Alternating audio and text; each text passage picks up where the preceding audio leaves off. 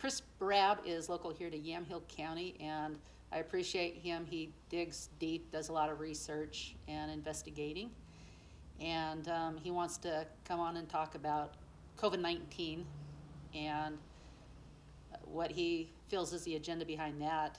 And we might get into the protesters, and not just the protesters though, but the rioters. So thank you.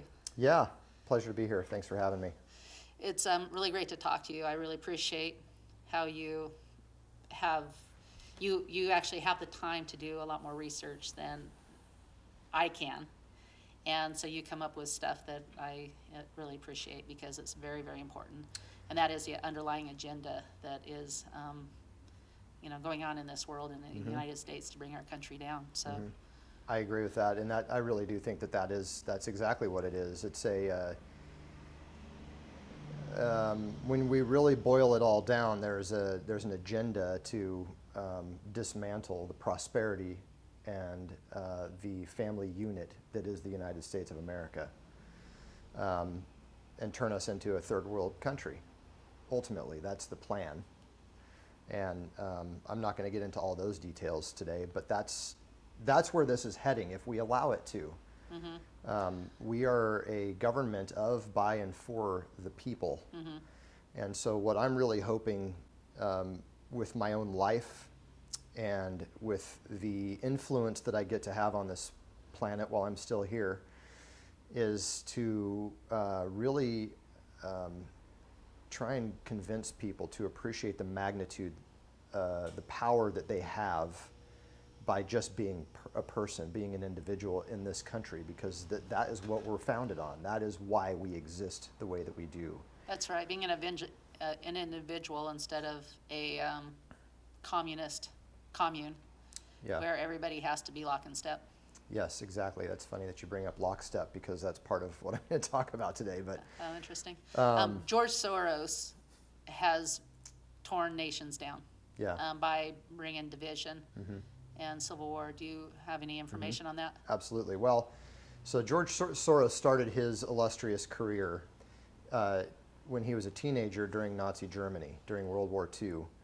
Him and his father, he talks about this, by the way, on 60 Minutes, and there's actually a couple of different interviews. Out of his own mouth? Out of his own mouth, where you can see George Soros telling you exactly what I'm going to tell you. And that is that he assisted the Nazis in, basically he was one of those spies, a Jewish spy. He's Jewish himself, but he was a Jewish spy for the Nazis. He would go and he would find where Nazis were hiding, or where the Jews were hiding in some cases, or which Jewish families were wealthy and who the Nazis could exploit. So he would tell them where these storages of wealth were. The Nazis would then go and steal the wealth from the Jews, and then put the Jews in the ghettos and all the different places that they were putting them at that time. So essentially what George Soros did is he betrayed his own people to the Nazis, and I believe as a result of that he has gained incredible wealth over his lifetime on this planet. And he was proud of it. He doesn't regret it. He said it was the best days of his life. He said it was happy-making time. Which and I think is a strange way to describe it, but that's the words that he used. It was very happy-making. I don't regret it. I would do it over again. That's his attitude. And he is doing it over again, but he's doing it in a different way. Now he's the leader. He's the puppet master. So, the way that George Soros has developed a lot of his wealth, I would say probably a huge majority of his wealth actually has come from destroying economies, and not just companies, but he'll actually bet against a company too, and he will make money as a company is going out of business. That's short selling stocks and all the different tactics. I don't really know all the language there, but there are lots of ways to do that. But he also does it to nations, not just companies, not just the stock market, but he'll also bet on currencies and politics and things like that for them to go crash and burn. And then he actually funds through his Open Societies Foundation. He funds various groups like Black Lives Matter, like Antifa and like other kind of organizations Democracy that help to, Now. Democracy Now. There's several. Snopes. Yeah, he has connections to all kinds of things out there. The media. Yeah. So if you go online and you look up something that they want to call a conspiracy theory, Right. Snopes will. Fact checking. Yeah, fact checking, yeah. Yeah. And so it's George Soros is fact checking because he pays the check. That's So, right. Yeah. Right. Well, and you know, the golden rule, right? You know what that is? He who owns the gold makes the rules. It's not do unto others as you'd have them do unto you. Yeah, It's yeah, I he who know. owns the gold makes the rules, right? Uh-huh. So he believes in that. So did just, you know, they're kind of wolves in sheep clothing. George Soros, Alexander Soros, his son now, who is kind of running a lot of the stuff, very similar to David Rockefeller, and before him, his father, J.D. Rockefeller. So there's a lot of interesting similarities in these billionaires.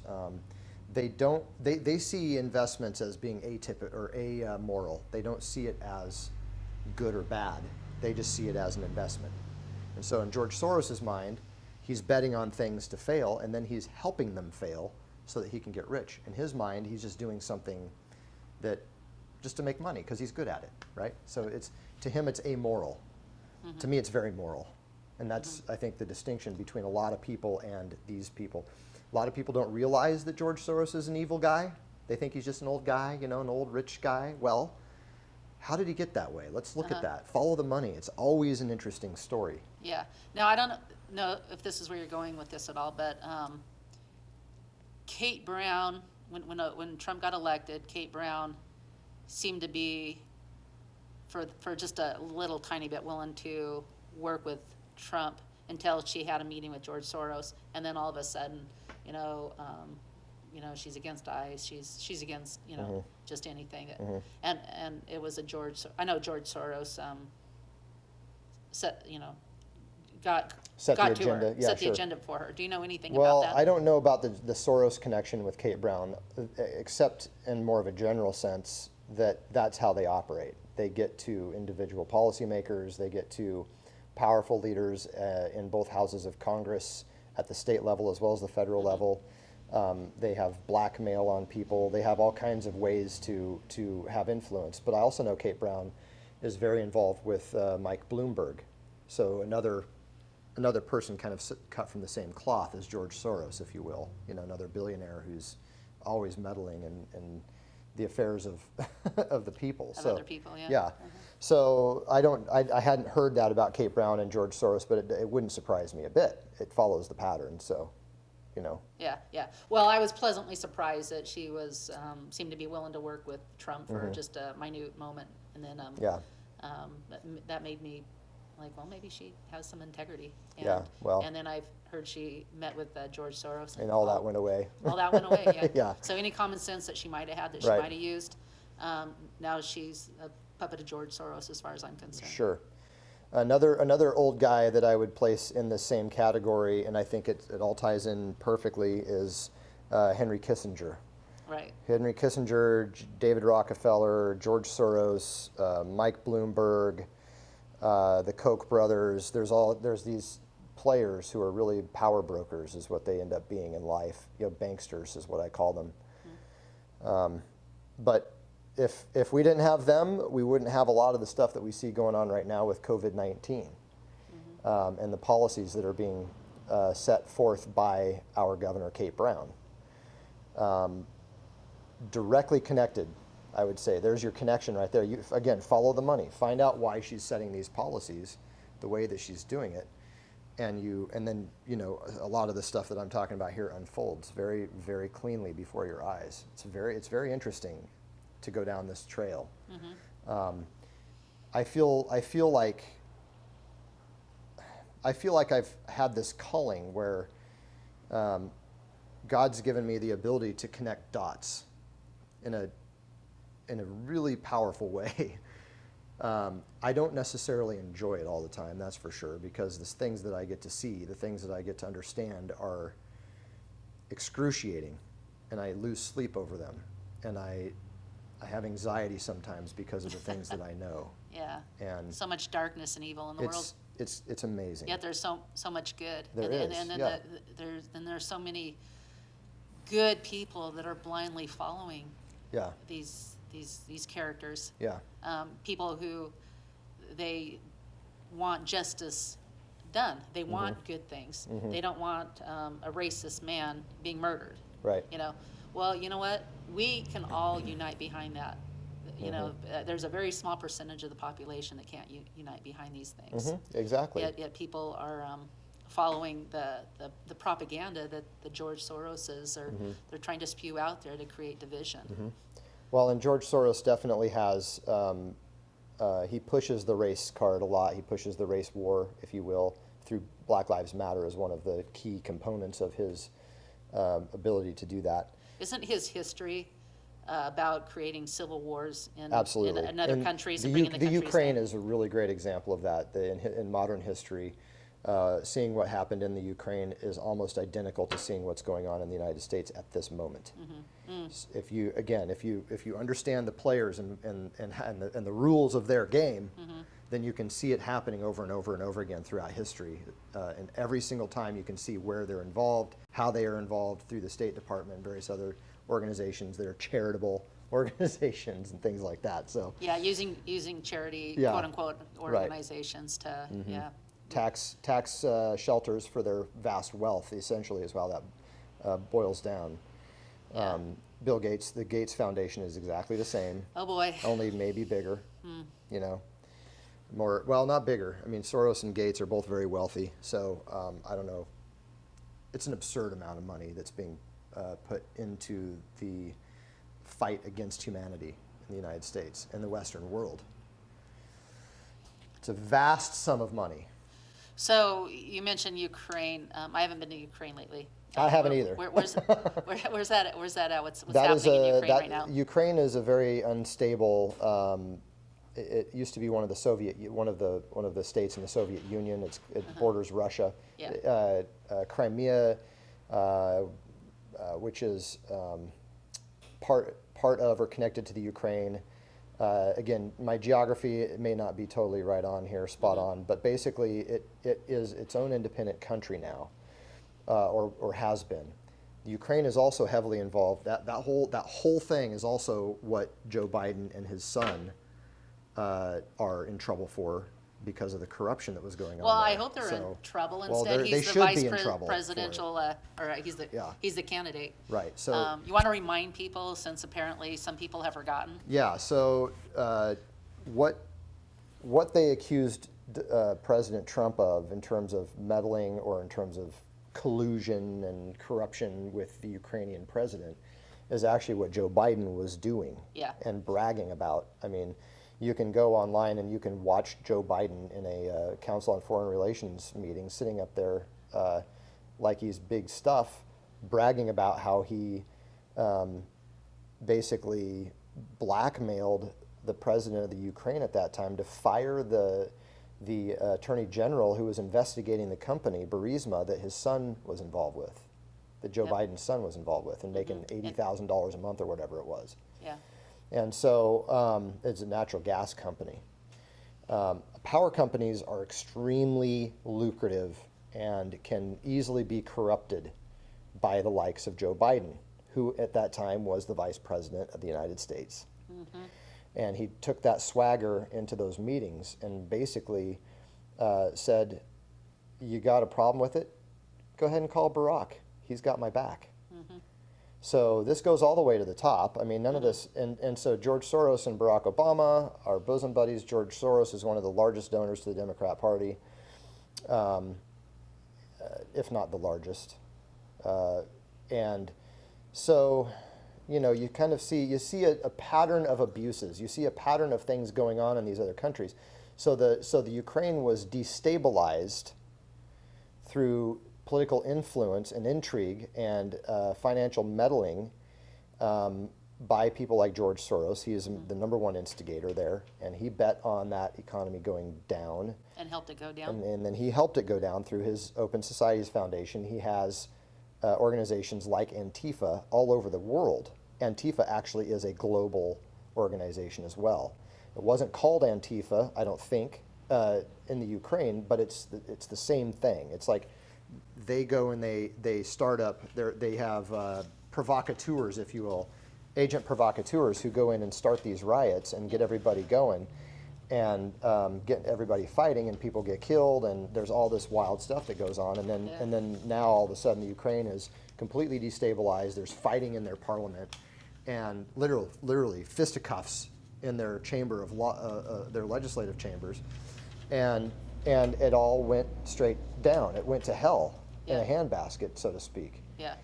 And now, because of that, there's all this other, there are new opportunities for corruption and everything else, and Trump is trying to straighten that out. And so Again, now I'm they're not mad like at- for or against Trump, and I'm just trying to be objective here. Trump's trying to fix this situation and really go after corruption, and it's Joe Biden that was actually the corrupt player in that situation. And I personally believe that the only reason Joe Biden is running for president is to protect himself legally from prosecution, because he knows politically Trump can't go after him, because then it'll look like, oh, he's just trying to attack his political rival, right? Yeah. Well, what's the best way to avoid that? Run for office. Yeah. You know, Same with Hillary. he's out of his mind. Why is he even running for office? Why did he get the nomination? I have no idea. Yeah. This is from the website, United Nations Youth Corps, and it says here, connect, learn, act. And basically, it was the idea, the same thing happened here, the Serve America Act that our taxpayer paid for, created the likes of Antifa here in the United States. It's the same agenda, but basically they're encouraging youth to, go online, connect, sign up, learn about them, and then act. And they get paid, what was it, $50 an hour? Have you heard that? $50 an hour. The rioters. Yeah, probably when they go and riot. Yeah. Well, they have their medical expenses covered, their legal expenses covered. I've actually seen in the Portland Craigslist, and this is years past. I haven't seen it recently, but it's there. I pretty much guarantee you. Ads, job postings for professional rioting, basically, where they'll actually ship you in, they'll bus you into a location for you to go and cause mayhem as an Antifa or whatever. And so it's like $15 an hour for that level, just regular street thugs. But they also say, we'll help you with your legal expenses or whatever. We'll get you out of jail if you get arrested, and all that kind of stuff too. So. Yep, and they have the powers that be that work inside, Portland and oh yeah, the and mayor. Oregon and the mayor of Portland is to an help 'em Antifa out. sympathizer and all of that. I mean, anybody who can support Antifa, I mean they're part of the system. yeah. Because it's not hard to look at them and realize that they're destroying businesses and killing people sometimes and hurting people. And it's just going to get lots of worse from times. here. I believe that Yeah. Antifa is going to play a major role in that. Yeah. And moving forward with the stuff that the stuff that I've researched today, I think Antifa is going to play a major role in that too if it moves forward. Because what happens with just historical context. Great way to look at this is like during the Russian Revolution, or even during the rise of the Nazis with the brown shirts. Yep. Okay, you've got a Gestapo, right? You've got the spy next door that you don't know is a spy, but they're reporting on you and your family to the Gestapo, or it's the Stasi, or whatever you want to call it. There's various levels of this throughout history and throughout in examples. But what we have going on right now is like the Gestapo on steroids. It's, because the technology that is available now is really, really amazing. And so I think that Antifa is essentially akin to the brown shirts of Nazi Germany, who were basically the street level enforcers of the Hitler. of Hitler's plan. Basically, they're the ones that kind of implemented it at the street level. Yeah. They weren't necessarily the soldiers that went into the battlefields with tanks and guns, but they were the ones who were causing the mayhem in the streets, causing the revolution that ultimately became Nazi Germany. And George Soros learned from Hitler, and now the Antifa has been learning from George Soros's agenda Right. Well, Antifa was actually around during World War II as well. Is that right? Yeah, they were communist at that time as well. It's a communist. It's the communist counterpart to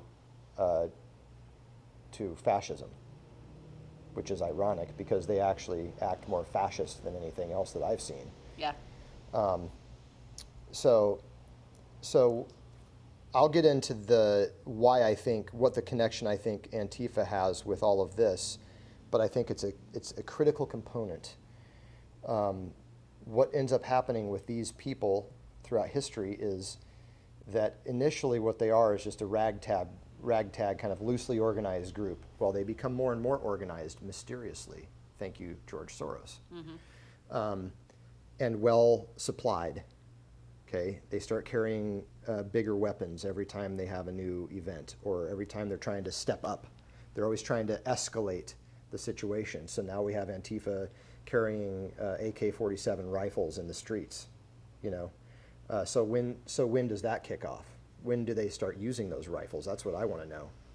I hope they don't, but look, if we keep going in that direction and we keep allowing Antifa to run wild in the streets and they are now carrying AK-47s, what's to stop them? Are the cops going to go in there and stop them? I don't think so. Well, they haven't so far. They haven't, No, stopped they them can't. enough. They're ineffective. They can't stop them because they're not doing what it takes to stop them. And so it's politically incorrect or whatever. Yeah, if the cops were doing what they were supposed to do, which is, keeping safety, and, if a policeman, if somebody comes after them like that, they're allowed to shoot them. Right. Hey, stop right now, I'm going to shoot, Yeah. and then shoot them. Right. Now the cops have to sit there and be They victimized. take a knee. Now cops are taking a knee. National Guard troops are taking a knee and bowing to this out of control mayhem. So that's a huge deal. So what happens to these people though is they become the useful idiots. They are the useful idiots, as Stalin called them, and they all end up dying. Is what happens. Antifa. That level of people, the ones that helped to usher in this new regime, are the first targets of the new regime. Yeah. Because they see that they're wild, that they're uncontrollable, they're rebels. That's why they hired them. That's why they had them do this job. But now they're a liability under the new regime. Right. The new regime, isn't the idea, is the ultimate plan is like the Hunger Games? Sure. That's a great dystopian, or The Matrix is another great way to look at it, if you've ever seen that movie. Essentially, it's a way to harness human energy and human creativity for their Elysium, the fields of Elysium. There's all kinds of like mythological examples of. Well, the elites, like the George Soros and the Bill Gates, they just want to be elites. Yeah, They want to be yeah. rich. The Obamas, the Clintons, and They want to be in charge of the whole world. Yeah, They're power hungry. They're narcissistic. And so they're using these guys while they need them, and then they won't need them. That's anymore. right. Just like they always pick different groups. So what I think is the future of Antifa and especially the leaders, the people that are cherry picked in that organization and those kinds of organizations to be the leaders, are the ones who ultimately go and get hired by government later on, by the government that they helped usher in, and they become street level enforcers again throughout history. That's what happens. I believe that if this unfolds the way that they're hoping it does, that will happen again. I believe we are seeing history unfold and repeat right now. So they'll be kind of like the cops. So they get rid of the policemen. Yep. Now we got the new policemen. Community enforcement is what it'll be called. Right. Except that it has nothing to do with the community. It's communism enforcement is what it means. Right. And what happens in communist countries if you go against the government, or if you put up a sign, or if you... Well, first of all, you get censored, and then you get your hand slapped. And then they'll, just like in terms of when you're violating a city code, for example, if there's a city code that your front lawn can only be less than a foot tall, right? And you're not mowing your yard, or you're not keeping your alleyway clean, like the easement on the side of your house, if that's a big mess, then you can actually get cited through local restrictions, right? Well, they're going to become the enforcers of these local restrictions, whatever those local restrictions happen to be that fits the need of the regime. Does that make sense? That's a mouthful. But that's the structure of it. Well, if They need- if they don't like George Floyd being murdered, nobody does. You Right. know? But if they didn't like that, people aren't gonna like what these Oh, absolutely ragtag, not. Absolutely you know. not. It's going to be mayhem. It's going to be way worse, as but, it already but by is. then we gave up our freedom. Yeah, And we gave that's up our right. policemen. Yep. And they want us to give up our weapons, our personal protection. yep. So, which I always find ironic, people are like, well, Trump is literally Hitler. But I'm for gun control. Well, so you want me to give my guns to Hitler? I don't understand. If I give up my guns to the government, isn't this what we're talking about? I mean, doesn't make any sense, of course. But Anybody who thinks Trump is like Hitler has been watching propaganda. they've been, TV, I mean, so. obviously he's not like Hitler at all. But I mean, you can't convince people that he's not, that hate him. So whatever. I'm not, and that's not even my point here. Again, I'm trying to be objective. I think Trump is a man just like every other man. He's got problems, he's got good points, he's got, there's ebbs and flows with that. But you see, I don't hate the man. And so I can see that objectively. I can actually look at this and be like, oh yeah, I like what he did over here, but boy, I'm really, really worried about what he's doing over here, right? I can see things more objectively than people who are like haters, who all they see is Trump is the orange man and orange man bad. That's the extent of their intellect. So anyways, that's not me. And if I come across as being a Trump Kool-Aid drinker or whatever, I'm not. I'm just trying to be objective and make my way through the world, and vote for the right people to lead our country.